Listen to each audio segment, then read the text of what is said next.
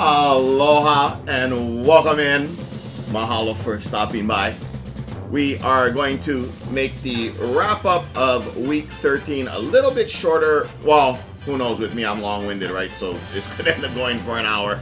Apologies. But let's get right to it first with our saying, which was Erasmus of Rotterdam. For those of you who don't know, he lived in the 14 to 1500s.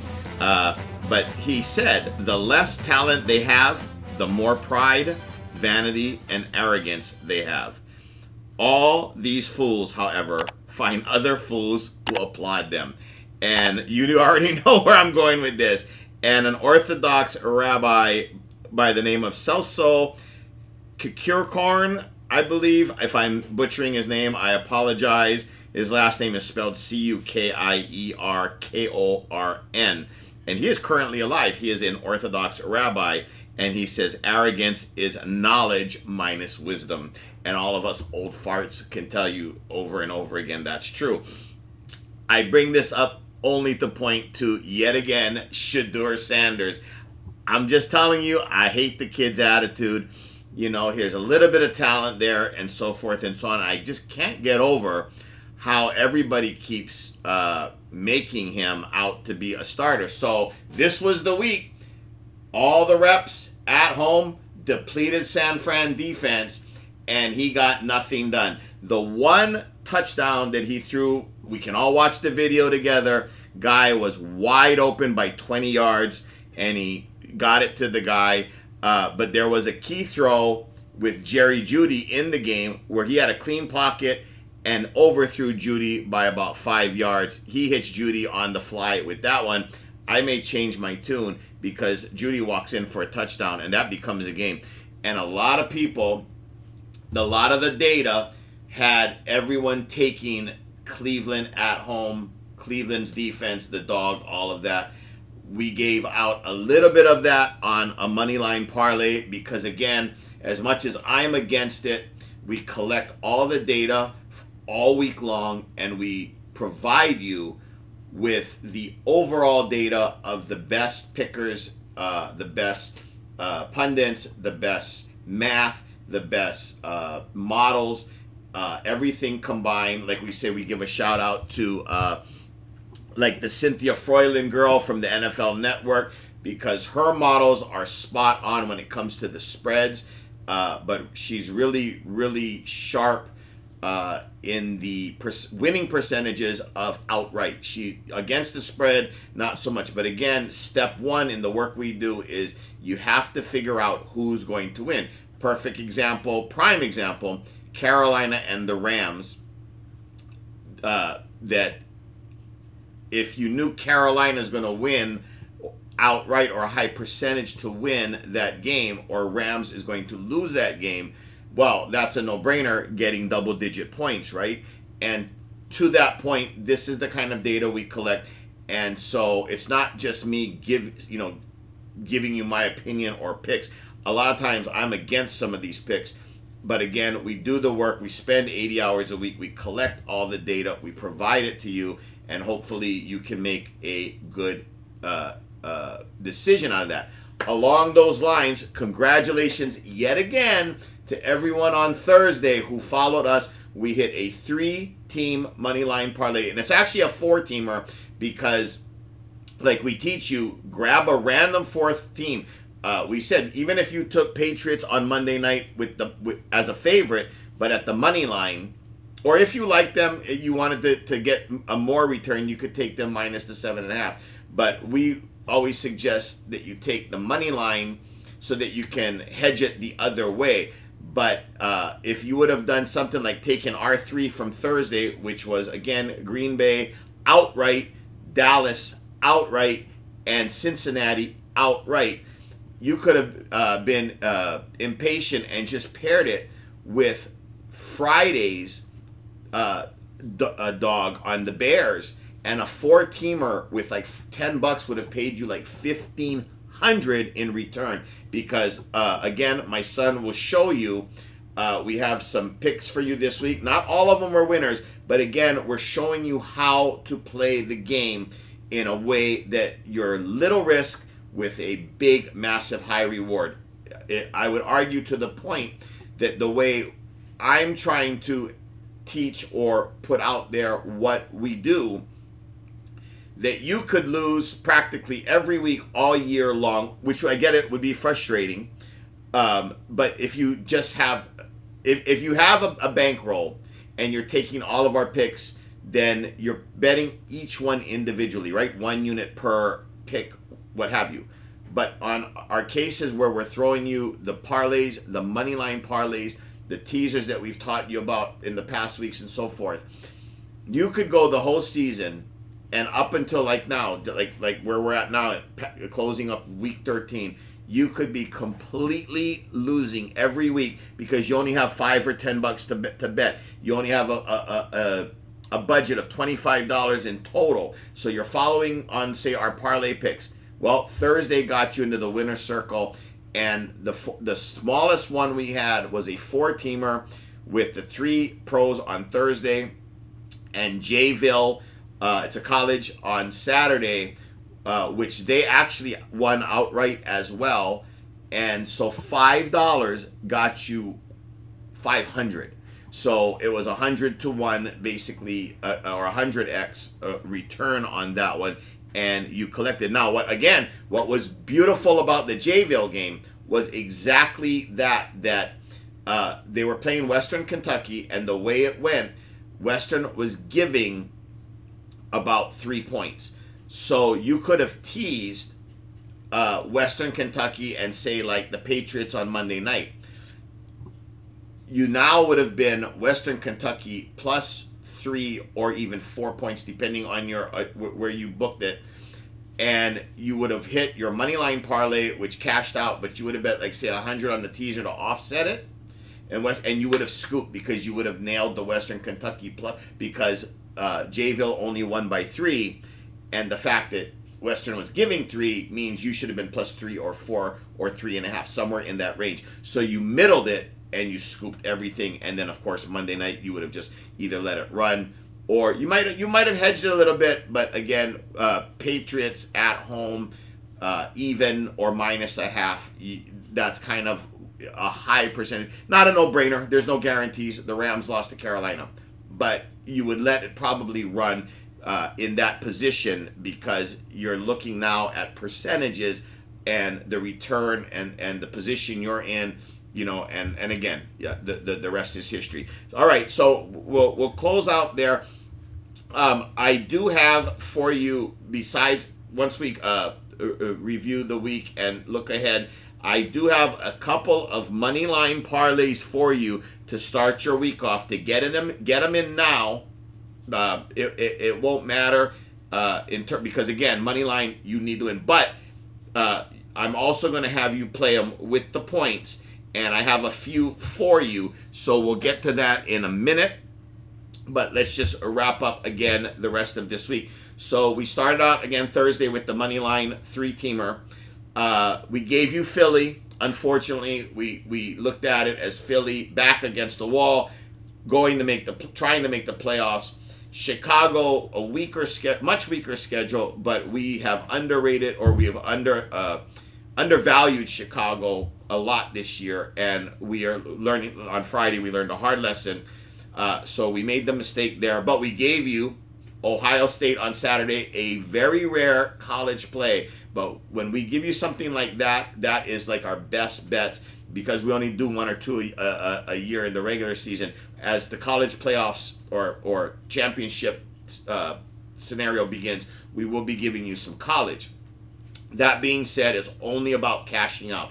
And we told you Ohio State would walk you to the cash window, and that was an easy win. So that made up for Philly. I'll jump ahead. We gave you Seattle, easy winner there with one of their worst offensive performances at 26-0. We gave you Seattle. We told you it would be a blowout, and it was. Easy winner there. Now let's talk about really quick Indy, Houston.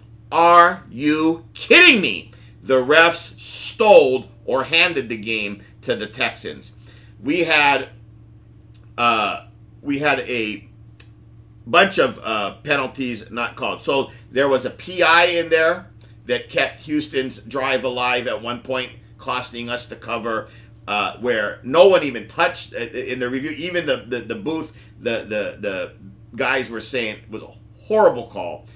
Then later on, and Kaimi Fairbairn, the kicker for Houston, one of my Hawaii brethren, I love him. I love anybody that plays for Hawaii. Has nothing to do with him. He kicks it. You see the upright. The ball travels on the outside right of the upright. And the referee's looking up, looks over to the guy on the left who has a worse angle or view, kind of waits for his reaction.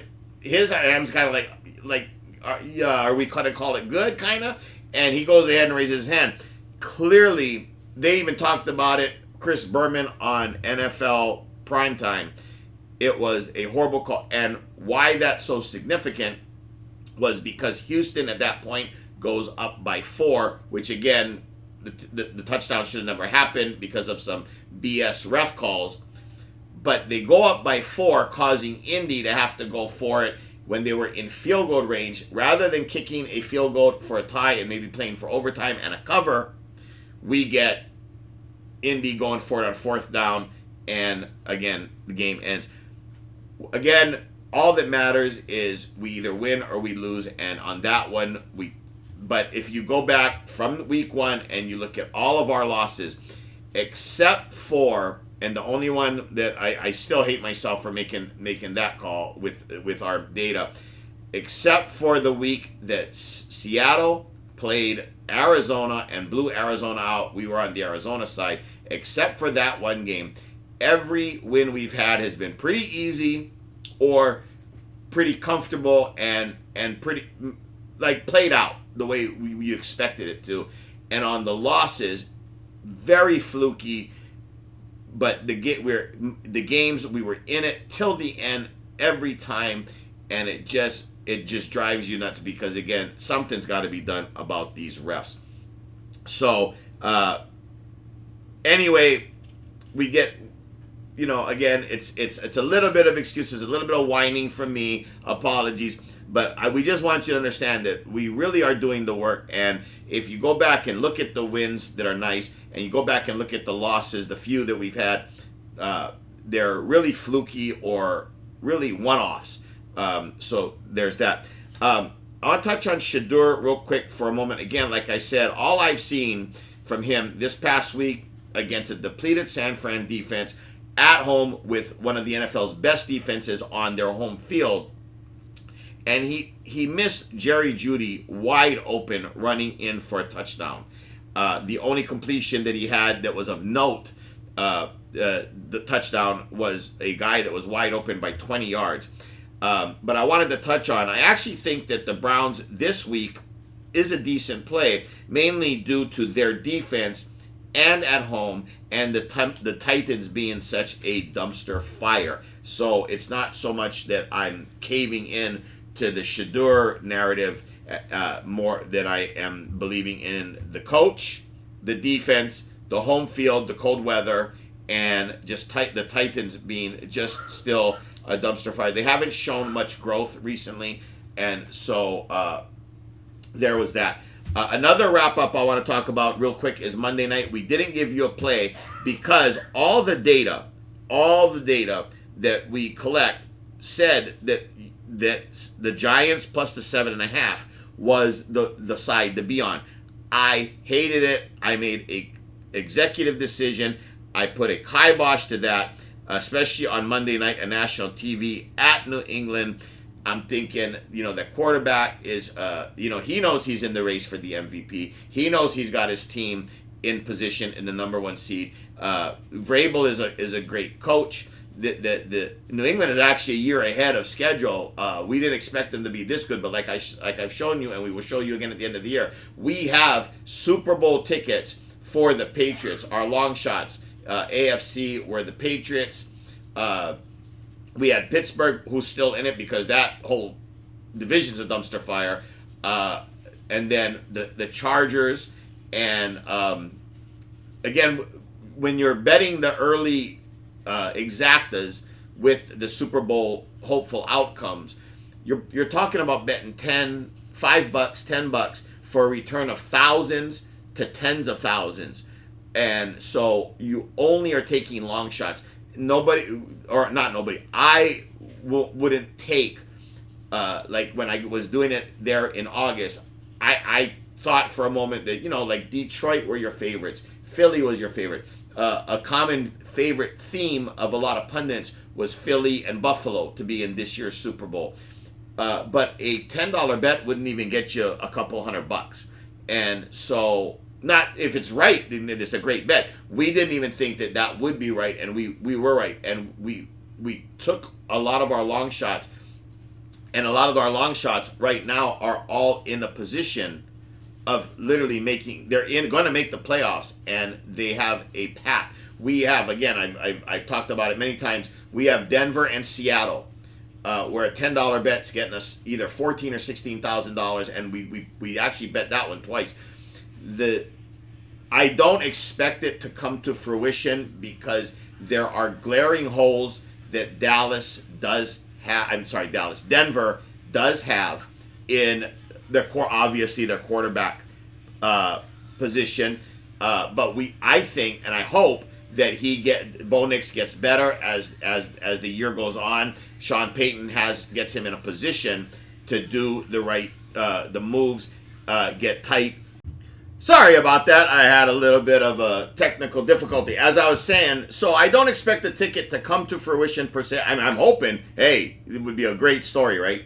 But I do see flaws and holes. Here's the thing, as we'll teach you guys as we get into the playoffs, though, if you're sitting on tickets like I have, where you've exacta, at the old Circa there in Vegas, or on your phone through FanDuel or DraftKings, what have you, futures that you bet back in August or September or even later in the year, but with the odds and all that.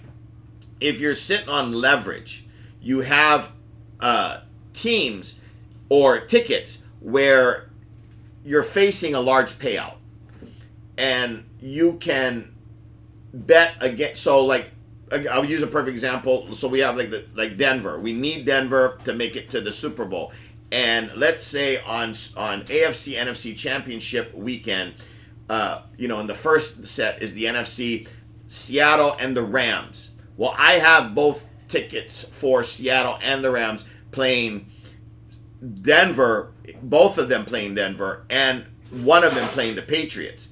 I messed up. I didn't get Seattle and the Patriots, unfortunately. I forgot. But in any event, so what I would do is in the first game, I literally would just let it run because one of my picks is going to get in there, and it's going to probably be a combination that helps me. But either way, I can't bet against either because both I have them covered. Now, in the second game, I don't have the Patriots. Let's say Seattle wins. Well, now I need Denver to make it into the Super Bowl against Seattle. And I stand to gain tens of thousands of dollars on a small $20 bet back in August.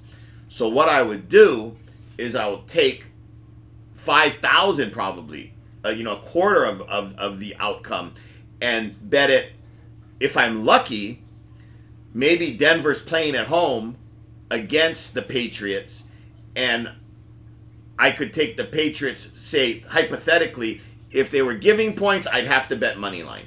But if they were taking points, even 2, 3, it's generally playoffs aren't that big of lines. They're all so close and tight at that point. But if they were the road dog taking 3, I could bet 5,000 on the Patriots. And if Denver wins by 1, 2, or 3, I win both sides in two scenarios, the 1 or 2, and at the 3 I push or tie one, and I still take home the big one. Now I go to the Super Bowl, put my head back in my hands, sit back and relax, and go. Now I can't lose. So what gets you there? This is the things we're trying to tell you that nobody else on YouTube with the forecasters really cover. But in any case, again, we're looking at trying to get you guys ahead for the cheapest amount possible. Speaking of which, it's too late this year, but we've come up with a system that next year, so make sure you like and subscribe. Make sure you stay in touch with us over the off season. I will be doing weekly videos throughout the off season about teams and moves, and when the draft is coming up, we're going to cover the draft. But I want to keep you informed because we have a system where we think we can show you a way of starting with somewhere as low as like $200 at week 1, and as much as $400 or $600, even $800. You know, stretching it for somebody who's maybe a little bit of a higher roller than most. But that's all you're going to risk: $200, $400, $600, or $800. And we think we've come up with a system where you can have a lot of fun with this. It's almost like two ideas that already exist. We're combining one of them. I'll clue you in, is the survivor or eliminator. And what we're going to do is we're going to teach you a way to bet every week. One bet. You can take a certain amount from your starting amount, and we're going to have even starting amounts of the amount you're starting with. And the first bet's basically week 1 would be a $25 bet. And if you can just get to week 7 or 8 or 9, you can turn, we'll take the average of $600, and you'll be cashing out over $9,000. And basically what we're really is be accomplishing is the 600 is your total starting point. But each bet, the starting bet, would only be $25, and we're going to show you a way to get that $25 to darn near 5 figures. At least well over 5,000, but closer to 9,000. But stand by, hang tight, keep following us. We're not going to let you in on the secret now. You're going to have to be here with us next year as we kick it off. But I want to get you guys excited about it because, again, this is a way that somebody who doesn't have a lot of money or can't do this for a living but wants to have some fun and wants to take an interest in sports betting, or maybe start to get to be serious, where we can start you off with very low risk with a very high reward. So we'll do that for you guys. Anyway, going back again too, like I said, with the Monday night game, all the data was that a lot of the sharps, a lot of the guys who give out free picks, and a lot of people were on the Giants. I hated the pick. I get where they were coming from, but I made an executive decision for Monday, and we did not give out the Giants because I hated it. I really liked the Patriots, and I thought that the one strongest piece of data that a lot of the experts were using, that I understand and agree with it, but their reasoning basically was it's a 9-win streak going on a 10-win streak, and in that spot that it's like 30% win rate or less.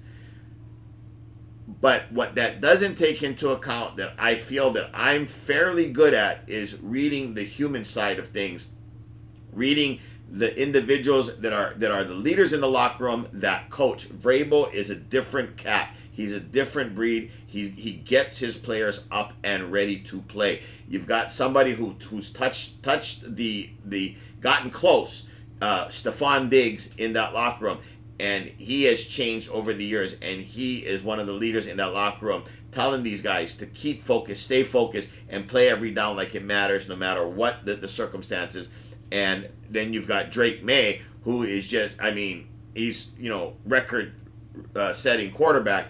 And as weak as their schedule has been, as easy as supposedly their schedule has been, the NFL's hard, and it is. They beat they've been put in front of them on their schedule, and they've taken care of business, and they've been covering machine. So a lot of these guys that are really starting to poo-poo, Chicago, Denver, Seattle, everybody's handing it to the Rams already. I see why. The Rams are the most efficient, most surgical, and most well-rounded team and well-coached team of all the NFL teams vying for a Super Bowl spot right now. I get that. But there's a lot more that goes into it. As you saw, they just lost to Carolina. There is data from a person this week that is strongly suggesting it can happen twice. that the Rams actually may overlook Arizona and lose again. I don't think so. I think I think Sean McVay is too strong. I think Stafford. But here's what I do think when it comes to the Rams. Stafford got strip sacked, and he was gotten to the other day. Now, we know that there was a back issue early in the season. He has looked like a surgeon cutting up every team he's played, but that's with protection, and he's looked good doing it. But the NFL it's funny, it's rough, it's a game of inches. And I would say if he is hit from the back, blindside, by somebody, an edge rusher, somebody like Ada Hutchinson or Myles Garrett, that really legally hits him with a beautiful NFL type blindside, just take him out midsection, and that ball comes loose and everything. I mean, he hits the ground. He may not recover from a hit like that. Now, will he take a hit like that? I'm not hoping he does. I'm just saying it's not unlikely. It's, in fact, and this is the NFL, it's highly likely. So that is the Rams' Achilles heel, is their quarterbacks, their strength and their weakness. If he gets hit too hard and bent backwards this late in the season, there's no coming back from it. And another thing is that their back end, their corners, as shown by Carolina, both on 2 4th downs, taking them for touchdowns, is their other slight weakness that I don't consider it to be a glaring weakness, because again, McVay will find a way to patch that or clean that up a little bit. Other than that, they're one of the strongest teams. And as a Seahawks fan, I hate them because they are our nemesis. But they are literally, they're legit right now. I would say the number 1 seed for sure. But they still have to play the game like everybody else, and they still have to get through everybody else that's put in front of them. And one of the scenarios may end up being that San Fran ends up going to the Rams, playing the Rams, and San Fran gives the Rams trouble. So I would just say that there's that. And I could see a path where the San Fran takes care of the Rams for us, for the Seahawks. Seahawks at the 5 seed takes care of business, ends up meeting San Fran in the end because they're the 6 or the 7 seed. But we end up getting even a home game because of the way it may play out. And then they're so beat up from their journey. San Fran's so beat up from their journey that we get a little bit lucky with health and just a little more gas in the tank, as it were, and we eke one out, so to speak. And that's where I'm kind of hoping and praying to the football gods that Denver does it that way and Seattle does it that way, and we can be showing you some fun from Vegas at the Circa at the AFC and NFC Championship football game right before the Super Bowl there. Anyway, so my long-winded point is that on Monday there was data that should have been a late call, but I made an executive decision, and sometimes not going for it is the win in itself. Wanted to touch on too, again, we've showed you a fun and exciting and hugely lucrative way to turn a couple $100 into 5 figures. Next year, we're going to do that with a really special way and process, we think, where you can follow along and even tweak your own picks, but follow a process. I've never seen it anywhere where, again, starting point of $200, $400, or $600 gets you over a 10x and maybe 5 figures, or even 6 figures if you've got the stomach to continue on the journey. I'm cashing out when I get to it, that 10x, I cash out, but it's possible. So anyway, I wanted to touch on that for you guys again. And so we go 2-2 officially this week. We had Ohio State, a rare college, and we had Seattle on the blowout, but we also had Philly on Friday and the Indy on Indianapolis over Houston on Sunday that didn't cover. But we started out your Thanksgiving with a 3-dog moneyline parlay. All 3 dogs won outright, so that was gorgeous and fun. We were so happy for you guys that followed us on that, that we nailed it. And so along those lines, these are not our official picks this week, but these are $5 lunch money, $10 money line parlays, and regular parlays. We wanted to give you guys because we can see a path. Data has been collected early enough this week that we have a bunch of what they call barking dogs, right? A barking dog is an underdog who can definitely cover, but possibly win outright. So get your pens and papers ready, and again, click and like and subscribe, and we'll get you guys right next year with this new system that I'm coming out with. But in the meantime, going into this weekend, again, these are not our official picks. In fact, we may pick against it. For example, I'm not saying it either way, but one of the parlays includes Atlanta at 7.5. I don't think so, but I could see where we could give you as one of our official top 3 picks this weekend, Seattle -7 or 7.5, depending on what the line is on Friday. But this is just a for fun, but where you could really hit and clean up with this. So don't go crazy with this. Again, this is lunch money stuff. This is for fun, but we really think we see a path where some of these could hit home. So as it stands, and here's how you're going to do it. So the first money line parlay is Atlanta. Now the spread doesn't matter because they have to win outright, but it will matter because we want you to also play it with the spreads. And if you are lucky enough to have enough resources, I would go one step further, have a money line parlay, have the regular spread parlay, and add in a teaser, the 7.5 point teaser, so where you would bet maybe like $50, 25 or $50 on the teaser, because if the teaser hit, it pays for everything else, and you're getting way more points. You get way more points to play with, because we can see a path where these really cover with those. All of these are dogs, so you're going to be getting a lot of extra points. Anyway, so here's our first one. Moneyline parlay is Atlanta, but the official line is +7.5. But Atlanta, Minnesota plus the 1.5. Minnesota is now 1.5 underdog. They started out giving Washington 1. Now they're +1.5. And don't throw up, hold your nose, but the LA Raiders +7.5. We'll get to it in a minute as to why. And the fourth team on here is the LA Chargers on Monday night +3. So you've got a 4-teamer, money line and points. So maybe like $5 and $5. Atlanta +7.5. Minnesota +1.5, Raiders +7.5, and the Chargers +3. Now, the teaser, you would be Atlanta +15, Minnesota +9, the Raiders would be 15, and the Chargers would be +10.5. It's just, if you did a teaser there, for like another $25 to make it really interesting. The second money line parlay, I have 3 of them, by the way. There's 3 of them total.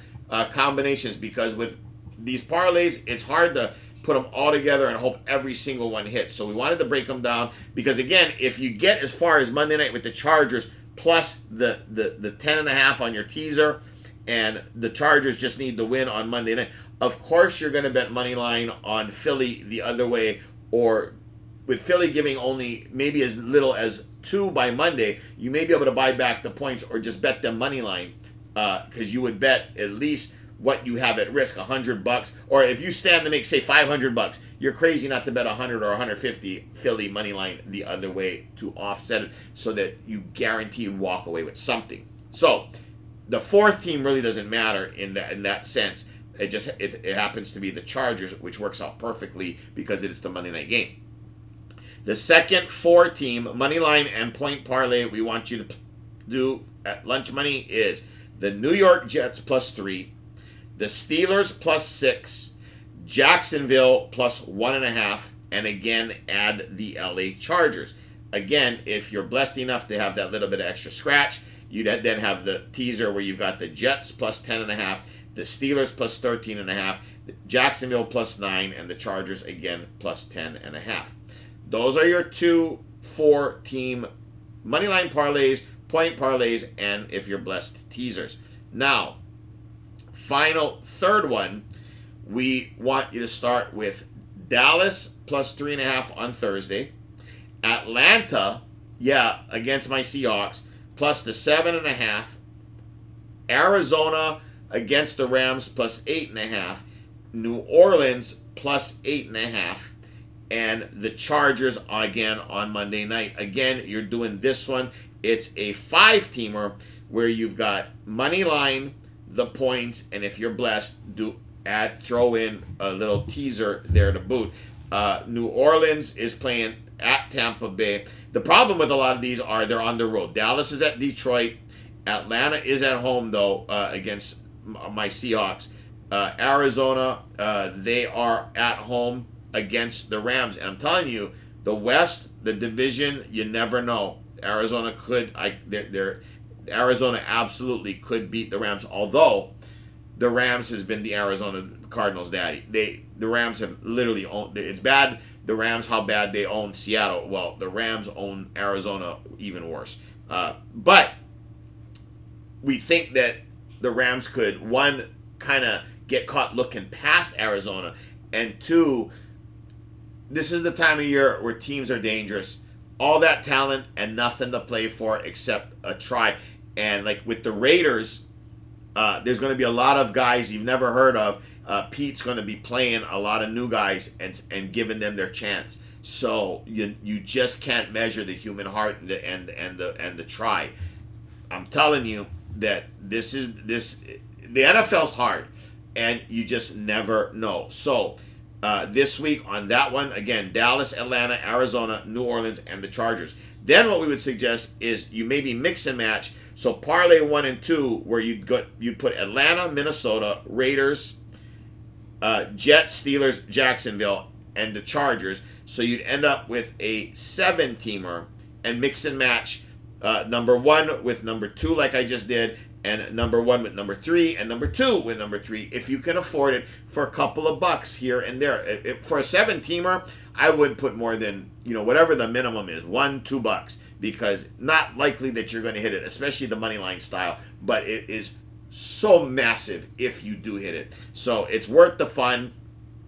Again, we'll be back Friday to give you the official picks, but we wanted to get you guys these money line parlays to get them in and get yourself situated for those, because again, we may even bet against these parlay picks on Friday as we collate all of our data. Our 3 teams may be some that go against this. So kind of look at it as insurance, a little bit of fun insurance, where you're going to bet $100 on each of our 3 picks if that's your unit, but you've only got like $5 on a couple of these parlays. Well, if the parlays end up winning, then of course our picks might have gone down maybe, but you hit really big on the parlays. But again, this is more of a for fun thing, but we do see a path where these picks are live. They're truly barking dogs, and so we wanted to get these to you guys early as we could. Real quick to double check or review. Dallas on Thursday is now Detroit's at home, given 3, 54.5's the over under. Miami is going to the Jets, Miami's -3 and 41.5. Then we've got Seattle on the road at Atlanta. Seattle is given 7.5 and 44.5. New Orleans is on the road, division rival Tampa Bay. It's in Tampa. Tampa's giving 8.5 and 42.5. Washington Commanders are on the road now, giving 1.5, and it's 42.5. Mind you, Minnesota started opening up 1.5.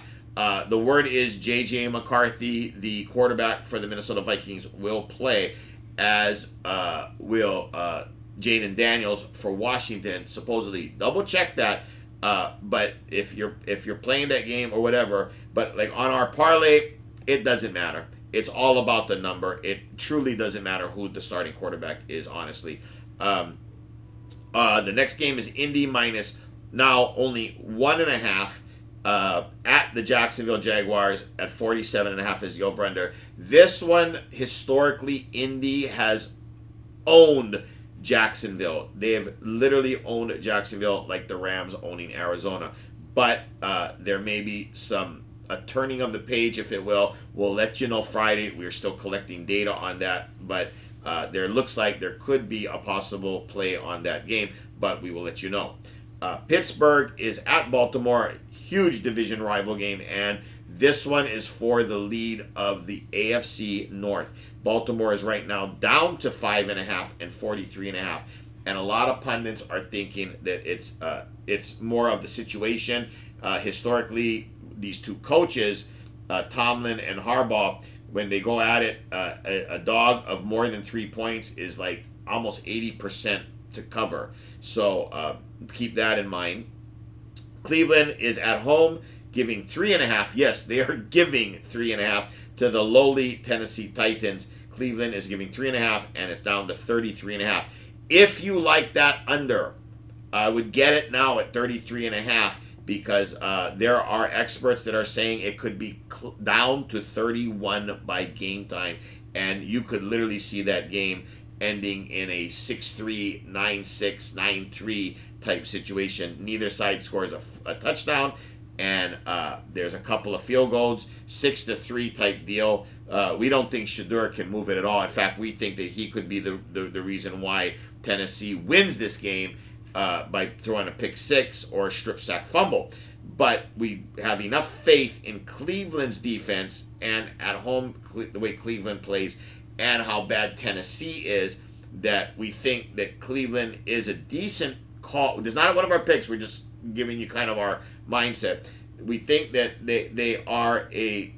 If you had to bet one of them, we would bet Cleveland more than Tennessee. But we definitely like the under, even as low as 33.5. And I'll tell you something about over-unders.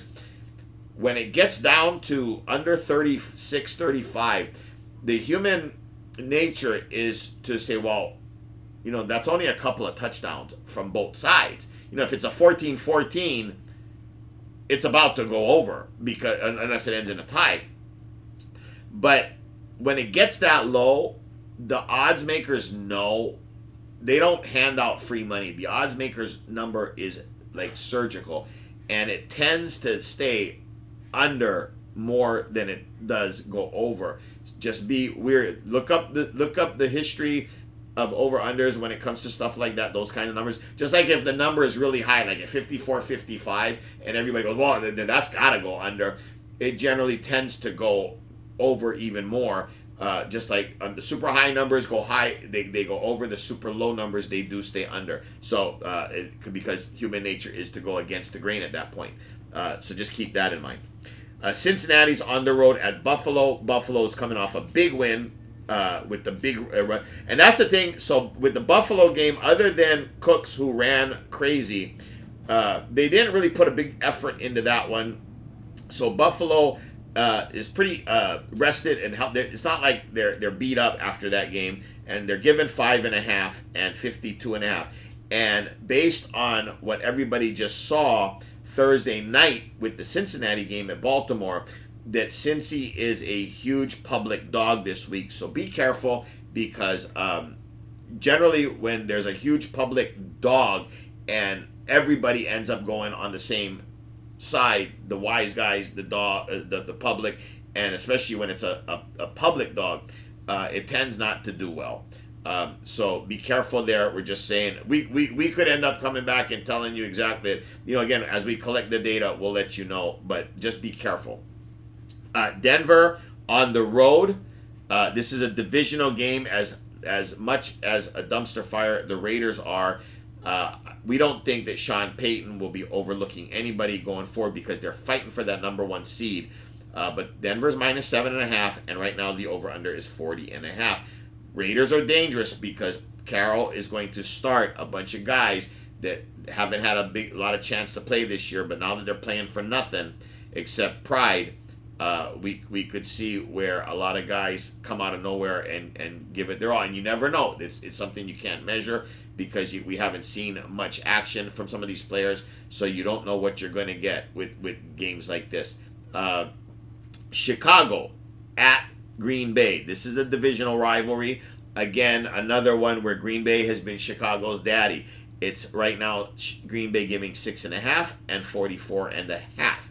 We've got the Rams going to Arizona, where it's an 8.5 and 48.5 over under. Again, we touched on that a little bit ago with the Rams. Houston at KC. This is kind of the matchup of the weekend. Houston with their number one defense type of deal, going into KC, same conference, AFC.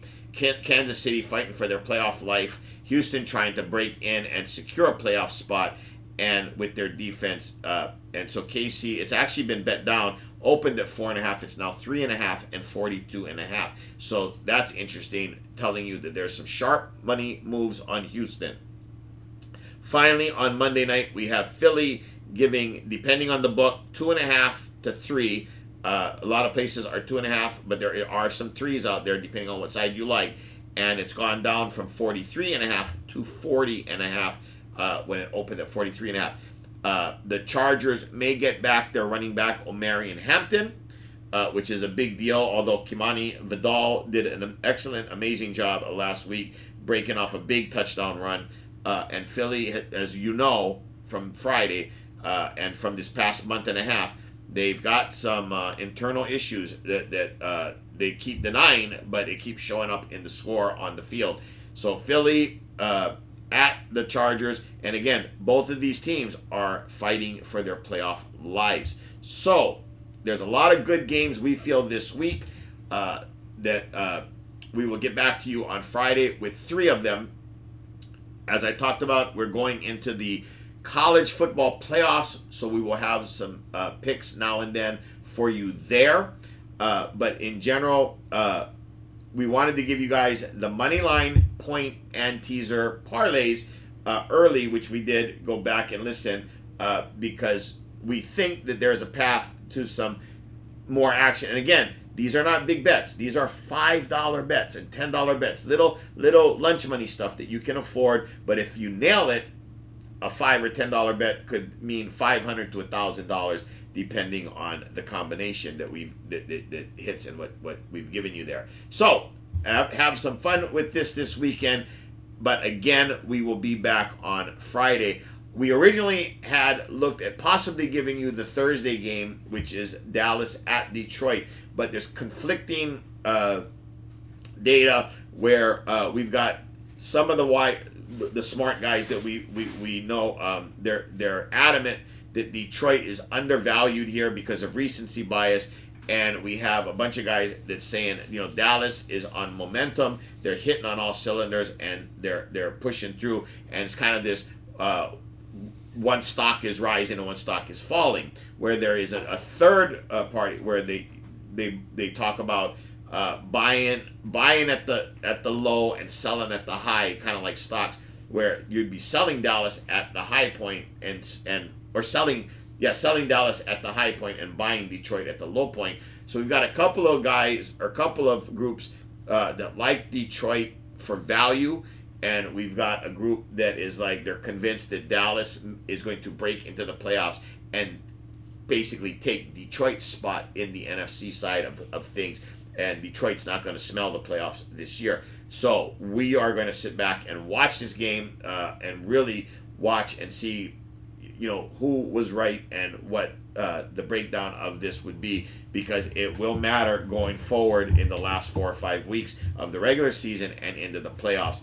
And so where we won't be able to make any money on Thursday, we'll be able to make money in the future with the data that we're seeing in the game itself. So anyway, we've given you guys some fun, some money line parlays to look forward to, some straight point parlays, the teasers, and we will see you guys back here on Thursday. Again, the tickets my son showed you at about the 4-minute mark was the winner that we had, just to show you what $5 can get you. And also, we showed you a couple that they did lose, but if you go back and look at how close they were, but we wanted to drive home the point of what a little can get you a lot. With the $5 and $10, it can get you basically a nice month's worth of salary, so to speak. So just again, trying to always educate you guys and keep you guys and give you guys little tips and tricks and keep you in the know. All right, we'll see you guys back Friday night.